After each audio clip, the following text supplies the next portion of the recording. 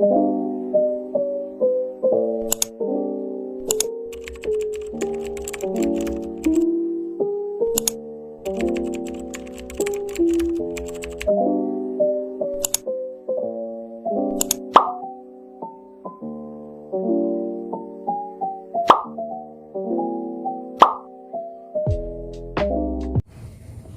teman-teman semua, kembali lagi dengan saya Novel Hodiana Sianturi dengan nomor induk mahasiswa saya 2133040100280 dengan dosen pengampu mata kuliah saya Bapak Hotua Samosir.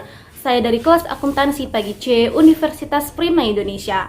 Pada video kali ini yang akan saya bawakan ialah topik bagian ke-15 semester genap tahun pelajaran 2021-2022. Untuk judul topik kita yang ke topik 15 adalah Sistem Akuntansi Aset Tetap, di mana pokok-pokok pembahasannya adalah dokumen yang digunakan, catatan akuntansi, fungsi yang terkait, jaringan subsistem, dan unsur pengendalian intern. Baiklah teman-teman sekalian, kita langsung ke pembahasan yang pertama. Baiklah teman-teman, untuk pokok pembahasan kita yang pertama ialah dokumen yang digunakan. Dokumen yang digunakan untuk merekam data transaksi yang mengubah harga pokok aset tetap dan akumulasi depresiasi aset tetap yang bersangkutan adalah yang pertama, surat permintaan otorisasi investasi. Karena investasi di dalam aset tetap biasanya meliputi jumlah rupiah yang relatif besar dan mencakup keterikatan dana jangka waktu panjang, maka pengendalian aset tetap dilakukan perencanaan yang matang. Perencanaan investasi di dalam aset tetap dengan diajukannya usulan investasi kepada manajemen puncak. Yang kedua, surat permintaan reparasi. Dokumen ini berfungsi sebagai perintah yang dilakukan reparasi yang merupakan pengeluaran modal. Yang ketiga, surat permintaan transfer aset tetap, di mana dokumen ini berfungsi sebagai permintaan dan pemberian otorisasi transfer aset tetap.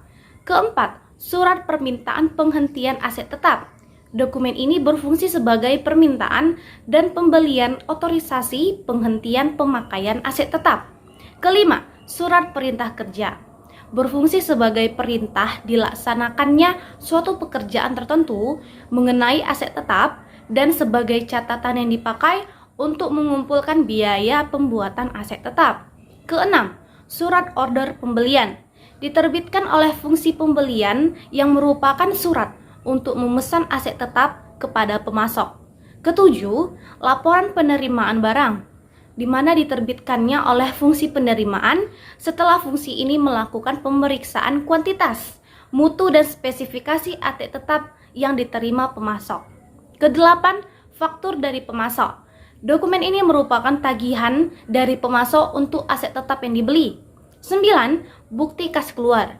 Dokumen ini merupakan perintah pengeluaran kas yang dibuat oleh fungsi akuntansi setelah dokumen surat permintaan otorisasi investasi, surat order pembelian, laporan penerimaan barang, dan faktur dari pemasok diterima dan diperiksa oleh fungsi tersebut.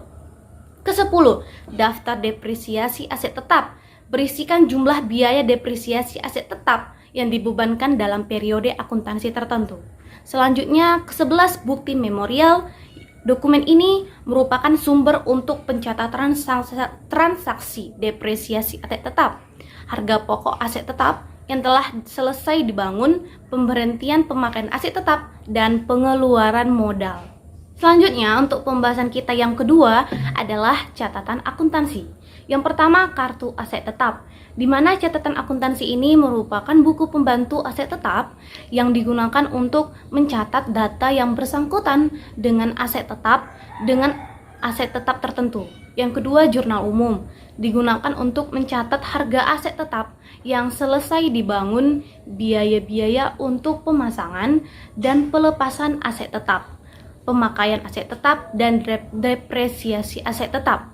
Yang ketiga, bukti kas keluar, digunakan untuk mencatat transaksi pembelian aset tetap dan pengeluaran modal yang berupa pengeluaran kas. Baiklah, untuk pokok pembahasan kita yang ketiga ialah fungsi yang terkait. Di mana fungsi-fungsi yang terkait di dalam transaksi yang mengubah harga pokok aset tetap dan akumulasi depresiasi aset tetap adalah yang pertama, pemakai fungsi. Fungsi pemakai bertanggung jawab mengajukan penawaran investasi di dalam aset tetap dan mengajukan surat permintaan izin untuk menggunakan aset tetap seperti yang tercantum di dalam investasi yang telah disetujui oleh RUPS. Kedua, fungsi riset dan pengembangan. Pertanyaan jawaban mengajukan tawaran investasi aset tetap yang dimanfaatkan bersama oleh lebih dari satu fungsi. Ketiga, direktur yang bersangkutan. Persetujuan terhadap proposal investasi dan surat permintaan otorisasi reparasi yang diajukan oleh unit organisasi yang ada di bawah otorisasinya. Keempat, direktur utama memberikan otorisasi terhadap semua mutasi aset tetap. Kelima, fungsi pembelian, di mana memilih pemasok dan menerbitkan surat pesanan pembelian untuk pengadaan aset tetap. Keenam, fungsi penerimaan, bertanggung jawab melakukan pemeriksaan terhadap aset yang diterima dari pemasok.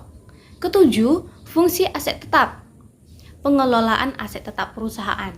Kedelapan, fungsi akuntansi dalam pembuatan dokumen sumber atau bukti kas keluar dan bukti memorial untuk pencatatan mutasi aset tetap dan penyelenggaraan buku pembantu tetap. Untuk pokok pembahasan kita yang keempat adalah jaringan subsistem. Jaringan subsistem yang membentuk sistem akuntansi aset tetap adalah yang pertama, sistem pembelian aset tetap untuk melaksanakan pencatatan harga pokok aset yang diperoleh dari transaksi pembelian. Kedua, sistem harga tetap melalui pembangunan sendiri, mencatat harga pokok aset tetap yang diperoleh dari pembangunan yang dilaksanakan sendiri oleh perusahaan. Yang ketiga, sistem kontes modal untuk mencatat tambahan harga pokok aset tetap dengan adanya kontes modal. Keempat, sistem penghentian pemakaian aset tetap untuk mencatat pengurangan harga pokok dan akumulasi depresiasi aset tetap yang dihentikan pemakaiannya serta laba rugi yang timbul sebagai akibat penghentian pemakaian aset tetap tersebut. Kelima, sistem transfer aset tetap, mencatat transfer aset tetap dari satu pusat pertanggungjawaban ke pertanggungjawaban yang lain. Keenam, sistem revaluasi aset tetap untuk mencatat penilaian kembali aset tetap, di mana dokumen sumber yang dipakai sebagai dasar pencatatan adalah memorial. Ketujuh, sistem akuntansi depresiasi aset tetap, mencatat biaya depresiasi aset tetap, di mana dokumen ini dipakai sebagai dasar pencatatan, yaitu memorial. Selanjutnya, untuk pokok pembahasan kita yang kelima yaitu unsur pengendalian intern organisasi. Pemakaian aset tetap harus dilaksanakan oleh lebih dari unit organisasi yang bekerja secara independen untuk menciptakan pengecekan intern dalam setiap transaksi yang mengubah aset tetap. Unit organisasi dibentuk sedemikian rupa sehingga tidak ada satupun transaksi yang mengubah aset tetap yang dilaksanakan secara penuh hanya oleh satu unit organisasi saja. Yang pertama, sistem otorisasi. Anggaran investasi diotorisasikan oleh RUPS karena investasi di dalam aset tetap meliputi jumlah rupiah yang besar dan menyebabkan keterikatan dana dalam jangka waktu lama, maka penggunaan anggaran investasi merupakan sarana yang baik sebagai alat pengendalian investasi di dalam aset tetap. Surat permintaan otorisasi investasi diotorisasikan oleh direktur yang bersangkutan, di mana setiap realisasi investasi yang tercantum harus mendapatkan persetujuan dari direktur yang bersangkutan. Surat permintaan otorisasi reparasi diotorisasikan oleh direktur utama. Surat otorisasi tersebut berisikan persetujuan di mana pengeluaran modal harus mendapatkan otorisasi oleh direktur utama. Surat perintah kerja diotorisasikan kepada departemen yang bersangkutan. Pembongkaran aset tetap harus mendapatkan otorisasi oleh kepala departemen yang bersangkutan. dan surat order pembelian diotorisasikan oleh pejabat yang berwenang. Jika jumlah harga beli aset tetap tinggi, maka otorisasi surat tersebut berada di tangan Direktur Utama. Laporan penerimaan barang diotorisasikan oleh fungsi penerimaan. Laporan penerimaan barang yang berisikan persetujuan penerimaan aset tetap yang diklaim oleh pemasok harus mendapatkan otorisasi oleh fungsi penerimaan. Bukti kas keluar diotorisasikan oleh fungsi akuntansi. Bukti kas berisi persetujuan akan dilaksanakannya pengeluaran kas untuk pembayaran harga aset tetap yang dimana harus mendapatkan otorisasi oleh Direktur Utama. Bukti memorial oleh fungsi akuntansi. Bukti memorial berisikan persetujuan yang dilaksanakan updating terhadap kartu aset tetap dan jurnal umum harus diotorisasikan oleh Kepala Fungsi Akuntansi. Yang kedua, prosedur pencatatan.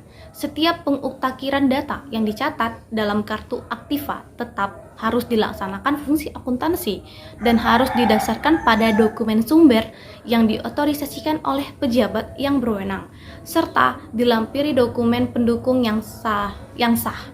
Yang ketiga, praktik yang sehat.